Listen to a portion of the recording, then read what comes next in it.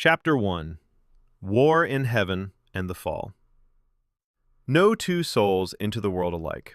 Each child arrives bearing a path unseen, a purpose unheard, and a fire the heavens themselves must one day answer for. This ancient saying had been whispered for generations in the kingdom of Agog, but on one fateful night, it was no longer just a saying. The Birth of Ikuku. The skies above Agog were restless. Winds moved without direction. The stars flickered as though uncertain of their place in the heavens. Even the moon hid behind drifting clouds, as if unwilling to witness what was about to unfold. Inside the royal chambers, the queen cried out in labor. The palace trembled with tension. Elders stood outside, whispering prayers. The air was thick, charged with something none of them could explain.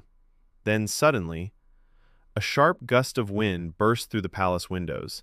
The flames of the torches bent low, almost extinguished, and for a brief moment, everything went silent. Then, a child's cry pierced the night, strong, clear, unyielding. At that exact moment, a streak of light tore across the sky, a falling star blazing brighter than any seen before. The elders gasped. Some fell to their knees. Inside the chamber, the child lay in his mother's arms, calm now, watching, not crying, watching. The queen's breath slowed as she stared at him. "There is something different," she whispered. Moments later, the king, Ama, entered. The moment his eyes fell upon the child, something stirred deep within him. Not fear, not doubt, recognition, as though something ancient had just returned. He stepped closer. The child's gaze met his, and for a brief second, a faint light flickered in the infant's eyes. Gone as quickly as it came, Ama exhaled slowly. "He will be called Ikuku." Outside, thunder rolled across a clear sky, and far beyond mortal sight, something in the heavens took notice. Years later. The scream shattered the quiet morning of Agog. Children laughing beside the clear village stream froze in terror. The sound tore through the calm like a blade through silk. Birds exploded from the trees, wings thrashing wildly as though fleeing an unseen shadow. Then another scream followed, louder, closer. From deep within the western forest, something enormous tore through the thick undergrowth. Branches snapped like brittle bones. The earth trembled with every heavy step. The villagers held their breath. Then it emerged. A monstrous dog burst from the forest shadows. It dwarfed any beast the villagers had ever seen. Its body was massive, its thick, matted fur hanging in twisted clumps like dark vines. Its eyes burned with an unnatural fire, glowing with a cruel intelligence that sent chills through every soul who saw them. Smoke curled from its jaws. The smell of sulfur filled the air, choking the sweetness of the nearby stream. Step by step, the creature advanced toward the village. It carried more than hunger. It carried evil. Panic erupted. Mothers grabbed their children and ran. Men shouted warnings. Some stumbled, others fell. Fear spread through the village like wildfire. But suddenly, the beast stopped. A lone figure stood in its path. The warrior was young. His dark robes moved gently with the wind. In his hand rested a curved blade that glimmered faintly beneath the rising sun. He did not run. He did not tremble. The beast snarled. Smoke spilled from its mouth as it lowered its massive head. The villagers whispered his name. Ikuku. Across Agog, the name carried hope. For years, Ikuku had stood between the people and the horrors that threatened their land. Many warriors had fought. Many had fallen, but Ikuku was different. Fear seemed to avoid him. The beast falls. The monstrous dog lunged. Its massive body shot forward with terrifying speed. Its jaws snapped toward Ikuku's throat. Ikuku moved like lightning. He stepped aside just as the beast crashed into the earth, its claws carving deep trenches in the ground. Without hesitation, he struck. Clang! His curved blade slammed against the creature's skull, but the beast barely staggered. The villagers gasped. Its hide was harder than iron. The creature roared in fury. It swung its enormous paw. Ikuku leapt backward as the blow shattered a nearby tree into splinters. Smoke thickened around its mouth. The creature inhaled deeply. Then it unleashed fire. A torrent of scorching flame tore across the ground toward Ikuku. The villagers screamed, but something strange happened. A faint glow flickered around Ikuku's body, subtle, almost invisible, yet powerful. The flames reached him and split apart. Like water breaking against stone, Ikuku ran straight through the fire. The beast hesitated. Fear flickered in its burning eyes. Ikuku leapt high into the air.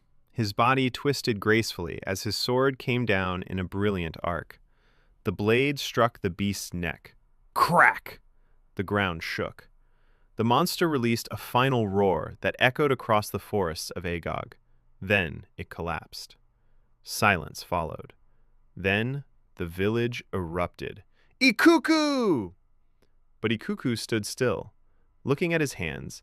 The light had come from him, not the sword, not anything he understood.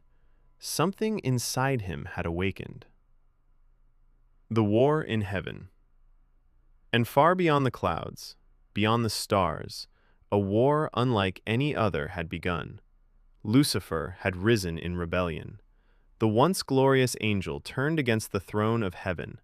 His pride shook the foundations of creation. Heaven answered. Armies gathered.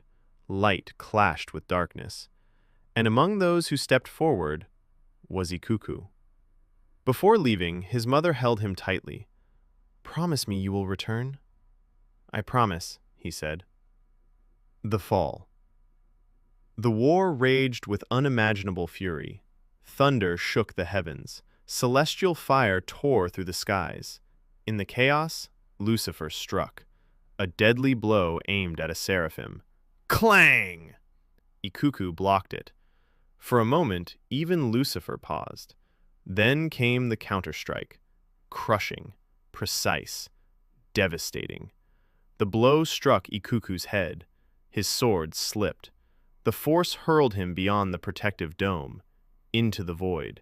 Ikuku fell, endlessly, helplessly, gone. The king's dread. Far below, Amma felt it. His son was falling. Without hesitation, he rode toward the unstable portals left by the war. Behind him, Iku followed. Betrayal. The two horses thundered side by side, hooves hammering the rocky path, dust swirling around them like restless spirits. Amma's eyes were locked on the unstable portal ahead, crimson light spilling over the cliff's edge. Every heartbeat pulled him closer to Ikuku, but danger rode beside him.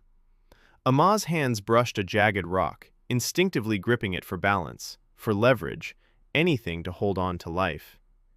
"Iku, help me!" he shouted, voice cracking over the roar of the portal. Beside him, Iku's horse matched his stride. His face was unreadable, calm to the point of cruelty.